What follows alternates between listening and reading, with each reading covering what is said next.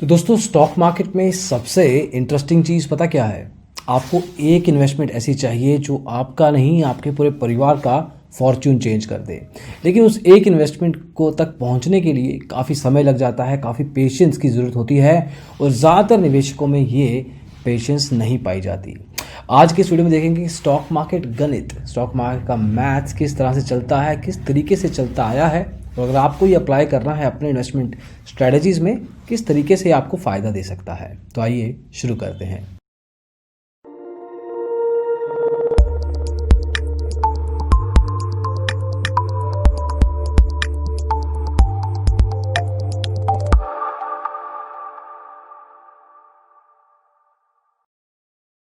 तो दोस्तों थोड़ा फ्लैशबैक में चलते हैं। मान लीजिए आज है मार्च 13, 1986। माइक्रोसॉफ्ट कंपनी कुछ साल पहले ही लॉन्च हुई है और उसका आज आईपीओ आने वाला है।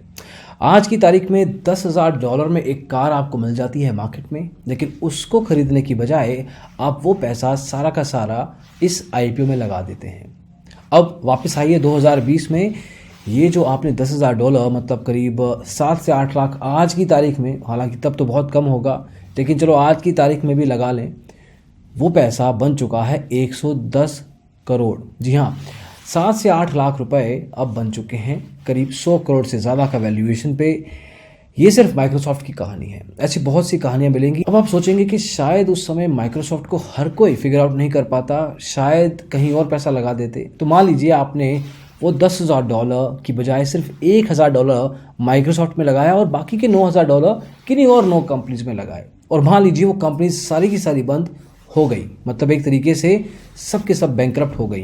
तो आपका 10 में से $9,000 मार्केट से वाइप आउट हो गया। आपका सिर्फ 1,000 का होल्डिंग है उस टाइम पे, लेकिन अगर आप वो $1,000 भी रखते तो आज की तारीख में 11 करोड़ रुपए आपकी जेब में होते। जी हाँ, आपको मैथ्स के हिसाब का सिंपल लॉजिक प्रोबेबिलिटी का लगाना है। मैथ में आपने प्रोबेबिलिटी सीखी होगी, समझी होगी।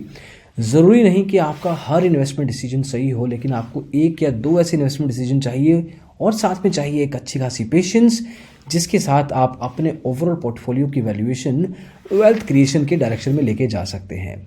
इसका एक और एग्जांपल भी ले सकते हैं कि क्यों लॉन्ग टर्म इन्वेस्टमेंट इतना ज़रूरी है।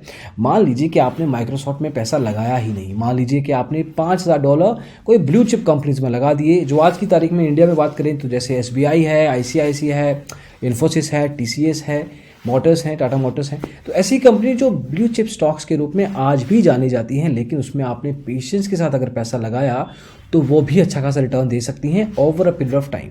बाकी का सारा पैसा मान लीजिए कि आपने पेनी स्टॉक्स में लगा दिया, जो साथ के साथ खराब हो जाते हैं, खत्म हो जाते हैं, वेस्ट हो जाते हैं। समझ रहे हैं पॉइंट? यहाँ पे आपको आइडेंटिफिकेशन में स्पेसिफिक एनालिसिस तो करना ही है। जितना अच्छा एनालिसिस करेंगे, जितना अंडर वैल्यूड स्टॉक खरीदेंगे, लॉन्ग टर्म में आपके लिए फ़ायदा तो है ही, लेकिन अगर आप ब्लू चिप स्टॉक्स में भी पैसा लगाते हैं और उसको होल्ड करके रखते हैं, उसमें जल्दी एग्जिट नहीं करते, तो भी ओवर पीरियड ऑफ टाइम आप एक अच्छा खासा रिटर्न पा सकते हैं। ये हिस्टोरिकली स्टॉक मार्केट ने दिखाया है और आगे चल के ये बेसिक पैटर्न कंटिन्यू रहेगा। बात करते हैं एक एग्जांपल की, जिसमें है वॉरेन बफे का नाम। लॉन्ग टर्म इन्वेस्टमेंट की बात करें और वॉरेन बफेट की बात ना करें, ऐसा हो नहीं सकता। उनकी खुद की कंपनी बर्कशायर हैथवे काफ़ी बार कोलैप्स हुई है, काफ़ी बार शेयर ऊपर नीचे गिरे हैं। आज की तारीख में उनके एक शेयर की वैल्यू है $2,60,000। जी हाँ, हालांकि आप उस एक से कम भी शेयर खरीद सकते हैं, लेकिन उस कंपनी की वैल्यूएशन ये है। अब ये कंपनी में आज अगर आप पैसा लगाते हैं, ओवरवैल्यू लगती है, लेकिन अगर आप इसमें इन्वेस्टेड रहते हैं तो सर्टेन लेवल पे ये अच्छा खासा रिटर्न दे सकती है। और इमेजिन द पॉइंट, फ्लैशबैक में जाके अगर आपने इसको कम स्टॉक प्राइस पे खरीदा होता तो आप अच्छा खासा वेल्थ क्रिएशन आज कर चुके होते। ऐसी अपॉर्चुनिटीज़ मार्केट बहुत लेके आती है। कोशिश ये करें, स्टॉक मार्केट का गणित लगाएं कि प्रोबेबिलिटी के लेवल पे आपको हर इन्वेस्टमेंट सही नहीं चाहिए और होगी भी नहीं, चाहे आप खुद ही वॉरेन बफेट क्यों ना हो।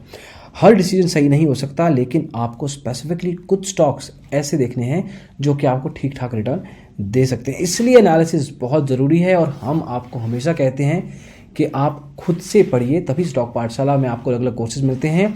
इसके लिए आपको वैल्यू इन्वेस्टिंग और फंडामेंटल एनालिसिस के अलग अलग कोर्सेज मिल जाएंगे स्टॉक पाठशाला के अंदर। उसमें आप इसको यूज़ करके अपना जर्नी इन्वेस्टमेंट का और एनालिसिस का शुरू कर सकते हैं। जाने से पहले कुछ और एग्जांपल्स भी देते हैं ताकि आपको पूरा फैक्ट बेस्ड ये वीडियो लगे। अब यूएस के कुछ स्टॉक्स हैं जैसे कि इंडिया में भी मिल जाएंगे, वो भी एग्जांपल्स हम आपको दे सकते हैं, लेकिन इस वीडियो के कॉन्टेक्स्ट में कुछ यूएस के स्टॉक्स बताना चाहेंगे क्योंकि वो थोड़ी पुरानी और मैच्योर स्टॉक मार्केट है। हर्शी अगर आपने पैसा लगाया होता तो $1,000 उसका आज करीब $25,000 के करीब होता। कोका कोला का भी सिमिलर लेवल पे आपको प्रॉफिट मिलता। क्लोरेक्स का करीब $20,000। जॉनसन एंड जॉनसन $1,000 लगाते $40,000 हो चुका होता, मतलब 40 टाइम्स इंक्रीज।